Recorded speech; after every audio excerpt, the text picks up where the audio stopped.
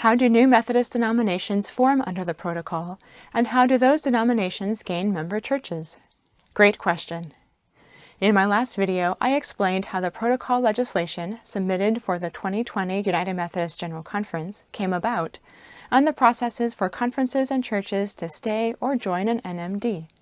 In this video, I'll explain the benefits reserved for new Methodist denominations in the protocol legislation, the qualifications for NMDs to register and promote themselves, and the timelines involved.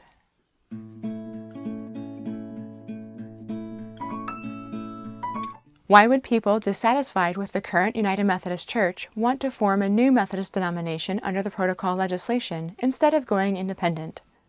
Qualified new Methodist denominations receive several benefits. First, registered NMDs will be allowed to share information with conferences and local churches before those entities take a vote on whether to join. Next, according to the protocol legislation, local churches that leave their annual conference to join an NMD do not need approval from the annual conference. The protocol also makes provisions for churches and conferences that join or form an NMD to bring the properties and assets entrusted to them, waiving the United Methodist Trust Clause normally enforced on those properties. New Methodist denominations can sponsor spun-off clergy pension plans and other employee benefits through WestPath, as long as the new denomination has the structure and resources to support such benefits. Ecumenical agreements between the United Methodist Church and NMDs can include sharing resources such as historical archives and access to Methodist cemeteries. In addition, NMDs can negotiate contracted services with United Methodist General agencies. Ethnic local churches and NMDs may participate in programs and grants funded by the $39 million that the protocol legislation sets aside over the next 2 quadrennia for racial ethnic ministry in the U.S. and for Africa University. The most significant and well-advertised benefit to new Methodist denominations is a share of the proposed financial support. Under the protocol legislation, $25 million will be set aside to distribute proportionally among NMDs that are defined as traditionalist denominations, and $2 million will be set aside to distribute proportionally among other NMDs.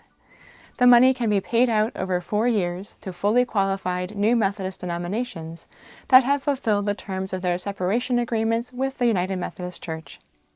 To qualify as a new Methodist denomination, the protocol legislation defines criteria in 2 stages. To reach conditional qualification, NMDs must propose a distinct legal entity and an ecclesiastical governance structure. They must have doctrinal standards that are consistent with the Articles of Religion, the Confessions of Faith, and the General Rules. And the new denomination must have 100 or more local United Methodist churches with written expressions of intent to join. Once a new Methodist denomination has those elements in place, it registers its intent with the Secretary of the Council of Bishops. Conditional qualification allows NMDs to share information with central conferences, annual conferences, and local churches so that those entities may consider whether to join the NMD. To reach full qualification, new Methodist denominations must have put in place a distinct legal existence and governance structure, and at least 100 local United Methodist churches must have formally voted to affiliate with it. NMDs that have reached those milestones send proofs to the Secretary of the Council of Bishops to be acknowledged as qualified. Full qualification enables a new Methodist denomination to receive a share of the set-aside financial support over the next quadrennium. The timeline for new Methodist denominations includes dates for earliest action and latest action on several steps. The protocol has to be approved at General Conference to go into effect, so the earliest that NMDs could register is May 15, 2020. If a new Methodist denomination is fully qualified, the earliest date that it can start operating and taking apportionments from member churches is January 1, 2021. However, additional NMDs can register for conditional qualification through May 15, 2021. Financial support payouts from the United Methodist Church to any new Methodist denominations do not start until after May 15, 2021. Annual conferences in the U.S. have until July 1, 2021 to vote to join a new Methodist denomination. Central conferences have until December 31, 2021, and their annual conferences have a deadline of July 1, 2022.